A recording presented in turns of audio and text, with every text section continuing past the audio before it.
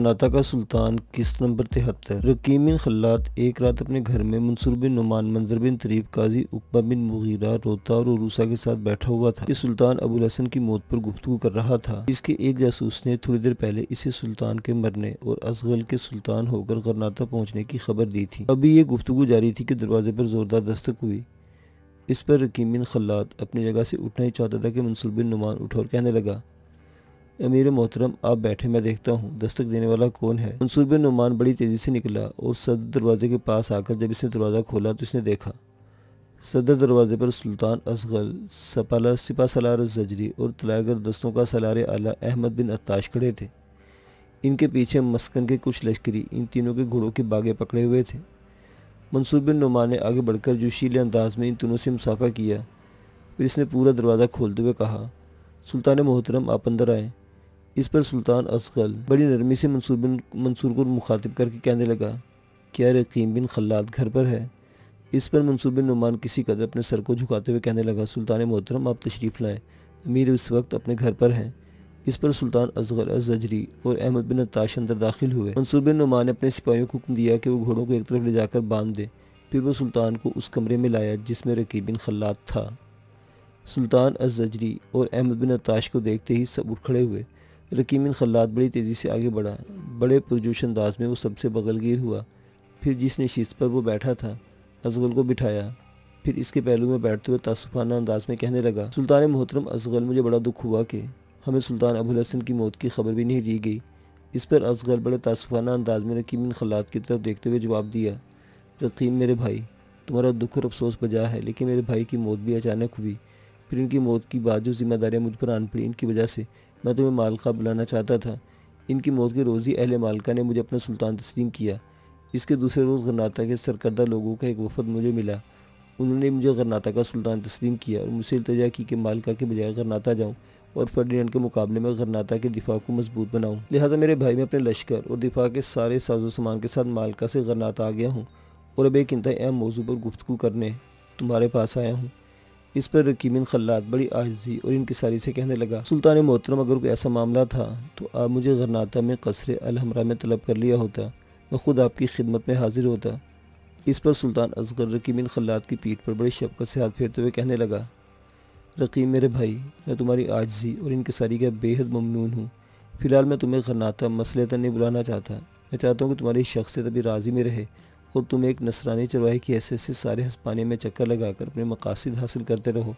मेरे भाई, अगर मैंने गरनाता में तुम्हें गुफ्तगू के लिए बुलाना शुरू कर दिया तो लोग तुम्हारे मुतल्लिक जान जाएंगे और आन के आन में राज खुल जाएगा कि तुम नसरानी नहीं मुसलमान हो और असुलझ के मस्कन के अमीर भी हो।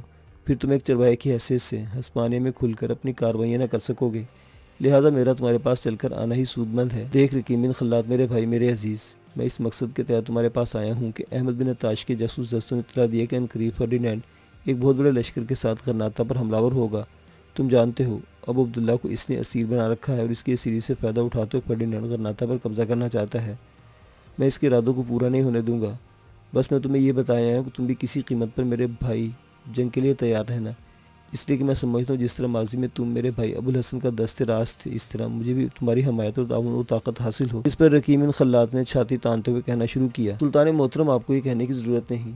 जिस वक्त भी फर्डिनेंड आपके खिलाफ नंबर 2 आजमा हुआ, आप देखेंगे कि रकीम बिन खल्लात अपनी पूरी क़ुव्वत के साथ आपके पहलू में खड़ा होगा और आपके दिफा में फर्डिनेंड के खिलाफ अपनी जान तक का नजराना पेश कर देगा। रकीम बिन खल्लात के अल्फाज से सुल्तान असगल ऐसा मुतासिर हुआ कि अपनी जगह से उठकर इसने रकीम बिन खल्लात की पेशानी चूम ली थी। सुल्तान जब बैठा तो रकीम बिन खल्लात कहने लगा, सुल्तान मोहतरम, इस मकसद के लिए मैंने आने वाली सुबह अपने रेबड़ और लश्कर को लेकर मस्कन से निकल जाऊंगा।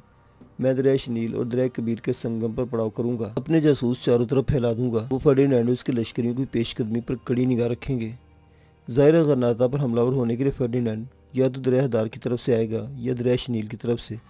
जिस समझ से भी आएगा, आप सामने की तरफ से इसका दिफा करें। पुश की तरफ से मैं इस पर ऐसी ज़रब लगाऊंगा कि सुल्तान मोहतरम इस ज़रब को वो बरसों भुला ना सकेगा। फर्डिनेंड अपने कमरा ख़ास में अपनी मलका अज़ाबिला, अपनी बहन नबेरा और अज़ाबिला की बहन अरबूना के साथ बैठा आपस में खुश गप्पियों में मसरूफ़ के कमरे से बाहर पहरा देने वाला एक मुहाफ़िज़ नमदार हुआ और अपने सर को खम करने से ताज़ीम केश भी। फिर फर्डिनेंड को मुखातिब करते हुए कहने लगा, आका मोहतरम, रोज़ान नाम की लड़की आपसे मिलना चाहती है। मैंने इसे रोका कि इस वक्त आका अहले खाना के साथ किसी इंतहाई अहम मौजू पर गुफ्तगू कर रहे हैं, लिहाजा तुम बाद में किसी वक्त मिल लो।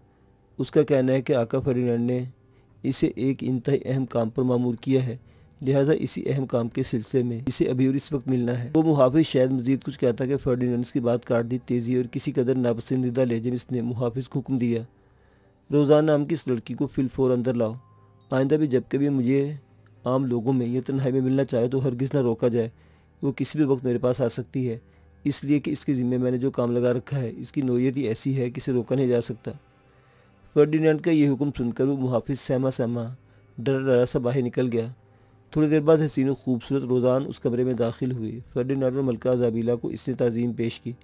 फिर फर्डिनेंड की तरफ देखते हुए बोली, आका, मैं आपसे अलायदगी में कुछ कहना चाहती हूँ। ये एक इंतहाई अहम मौजू है। इस पर फर्डिनेंड मुस्कुराए बोला, यहाँ इस वक्त कोई भी पराया नहीं बैठा हुआ। देखो सुजान, मेरे साथ मलका ज़ाबीला है, मेरे दाई जानी मेरी बहन नवेरा और इसके साथ मलका ज़ाबीना की बहन अरबूना बैठी है। तुम जो कहना चाहते हो बिला झिझक इनकी मौजूदगी में कहो। मेरा इनसे कोई पर्दा, कोई राज नहीं। इस पर फर्डिनेंड के इशारे पर रोज़ान पहले एक नशीस पर बैठ गई, फिर अपनी गुफ्तगू का आगाज़ कर रही थी। आका मोहतरम, मैं ये कहना चाहती हूँ कि एरोलेस और बोरीली नाम के वो चरवाहे जिनके साथ आपने अपनी बहन नवेरा और मलका ज़बीला की बहन अरबूना को मंसूब किया है, वो नसरानी नहीं बल्कि हकीकी तौर पर वो मुसलमान हैं। बस भेस बदल कर उस्मानिया के एक शहर से दूसरे शहर उस सारे इलाकों में घूमते हैं और आपके खिलाफ सुल्तान अबुल हसन के लिए जासूसी करते हैं। इतना कहने के बाद रोज़ान लम्हा भर के रुकी, फिर कहती चली गई, आका मोहतरम, एरोलेस का असली नाम रकीब बिन खल्लात है और बोरीली का असल नाम मंजर बिन तरीफ है। उन्हें अपने गिरोह बना रखा है और इस गिरोह के साथ वो जबल सूली में रहते हैं, जिससे ये अपना मस्कन कहकर पुकारते हैं। रकीब बिन खल्लात जो एरोलेस के भेस में हिस्पानिया के एक शहर से दूसरे शहर में अपने रेवड़ के साथ घूमता फिरता है, इस मस्कन का अमीर आला है, जबकि मंजर बिन तरीफ अमीर सोइम है। रोज़ान के इस इंकिशाफ पर फर्डिनेंड और मलका ज़बीला दोनों की हालत अजीब सी हो गई थी। फिर फर्डिनेंड रोज़ान की तरफ देखते हुए बिखरी बिखरी सी आवाज़ में कह रहा था, देख रोज़ान, तुझे कैसे पता चला कि एरोलेस और बोरीली नसरानी नहीं बल्कि हकीकत में वो मुसलमान हैं। इस पर रोज़ान फिर कह रही थी, आका, जिस वक्त अबू अब्दुल्ला शहर के निवाब में अपने बाप सुल्तान अबुल हसन पर हमलावर हुआ, तो इस जंग के दौरान एक नया लश्कर पहलू की तरफ से अबू अब्दुल्ला के लश्कर पर हमलावर हुआ और वही लश्कर अबू अब्दुल्ला की शिकस्त का बाइस बन गया था। अबू अब्दुल्ला इस नए लश्कर के सिलसिले में तजस्सुस में मुब्तला हो गया, लिहाजा जरीर बिन हमदून को इसने फ़ौरन हुक्म दिया कि इस नए लश्कर के मुतल्लिक मालूमात हासिल की जाएँ कि वो कौन है। जरीर बिन हमदून ने अपने दो ख़ास आदमियों को इस काम पर मुकर्रर किया था। जरीर बिन हमदून के वो दोनों आदमी आज महल में दाखिल होकर जरीर बिन हमदून से मिले और उन्होंने इंकशाफ किया कि जिस लश्कर की वजह से मालका के निवाब में अबू अब्दुल्ला को शिकस्त हुई थी, वो लश्कर रकीब बिन खल्लात का था और अबू अब्दुल्ला पर रकीब बिन खल्लात ही हमलावर हुआ था। मोहतरम, ये भी कहूँ कि रकीब बिन खल्लात इस वक्त अपने लश्कर और रेवड़ के साथ जबल रिंदा में पड़ाव किए हुए है। अगर आप कोशिश करें तो जबल रिंदा में आप इसको घिराव करके गिरफ्तार कर सकते हैं और इसे यहाँ बुलाकर हकीकत हाल से आगाह हो सकते हैं। रोज़ान के इस इंकिशाफ पर नवेरा और अरबूना की हालत ज़िंदगी के उफक पर डूबी आखिरी उम्मीदों जैसी होकर रह गई थी। दूसरी तरफ फर्डिनेंड, उसकी बीवी अज़ाबिला की हालत भी इस इंकिशाफ पर खारे सहरा और वीरान मौसमों जैसी होकर रह गई थी। फिर फर्डिनेंड हरकत में आया, अपने करीब पड़ी हुई लकड़ी की हथौड़ी उठाई और पहलू में पीतल के तश्त पर दे मारी थी। तश्त पर ज़रब पड़ते ही कमरे में एक आवाज़ गूंजी, जिसके जवाब में एक मुहाफिज भागा अंदर आया और सर झुकाकर खड़ा हो गया। फर्डिनेंड ने इसे मुखातिब करते हुए खोलते हुए लहजे में कहा, अभी जाओ, आगिलार, गैलर, यूदिलस और सनीका को बुलाकर मेरे पास लाओ। ये हुक्म सुनते हुए मुहाफिज मुड़ा और भागते वहाँ से चला गया। थोड़ी देर बाद फर्डिनेंड का सिपा सलार आला आगिलार, नायब सिपा सलार गैलर, फर्डिनेंड के मुहाफिज दस्तों का सलार आला यूदिलस और फर्डिनेंड का दरबारी पहलवान सनीका इस कमरे में दाखिल हो गए और फर्डिनेंड के कहने पर खाली नशीसों पर बैठ गए। इसके बाद इन चारों को फर्डिनेंड ने रोज़ान के बताए इंकिशाफ से आगाह किया। इस इंकिशाफ पर वो चारों दंग रह गए। इसके बाद फर्डिनेंड अपना आखिरी फैसला देते हुए कहने लगा, आगिलार और गैलर, मेरी बात गौर से सुनो। गरनाता पर हमलावर होने से पहले इन चरवाहों का मामला निपटाना इंतहाई अहम और ज़रूरी है। तुम दोनों खासे बड़े लश्करों के साथ अभी और इस वक्त जबल रिंदा की तरफ जाओ।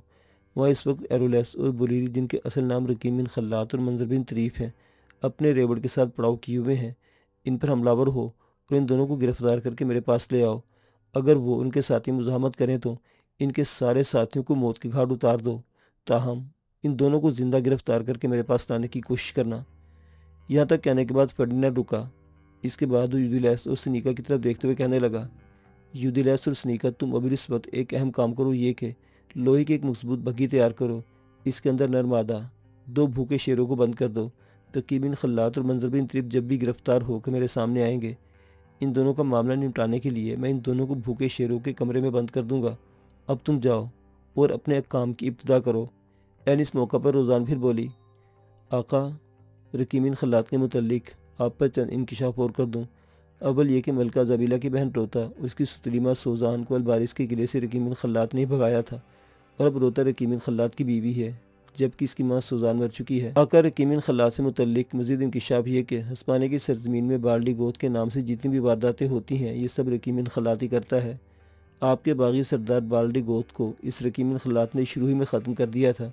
इसके बाद जितनी भी वारदातें हुई, ये रकीब बिन खल्लात करता रहा और बाल्डी गोत के नाम के खंजर हर वारदात में छोड़ता रहा। यहाँ तक कहने के बाद रोज़ान खड़ी हो गई और कहने लगी, अब मैं जाती हूँ। फिर फर्डिनेंड का इशारा पाकर निकल गई। फर्डिनेंड के हुक्म पर आगिलार, गैलर, यूदिलैस और सनीका भी वहाँ से निकल रहे थे। थोड़ी देर तक नवेर और बूना वहाँ बैठी रही, फिर वो दोनों बहनें वहाँ से निकल गई। इसी रोज़ शाम के वक्त आगिलार और गैलर 2 बड़े लश्करों के साथ रकीब बिन खल्लात और मंजर बिन तरीफ को जिंदा गिरफ्तार करने के लिए करतबा से कूच कर गए थे।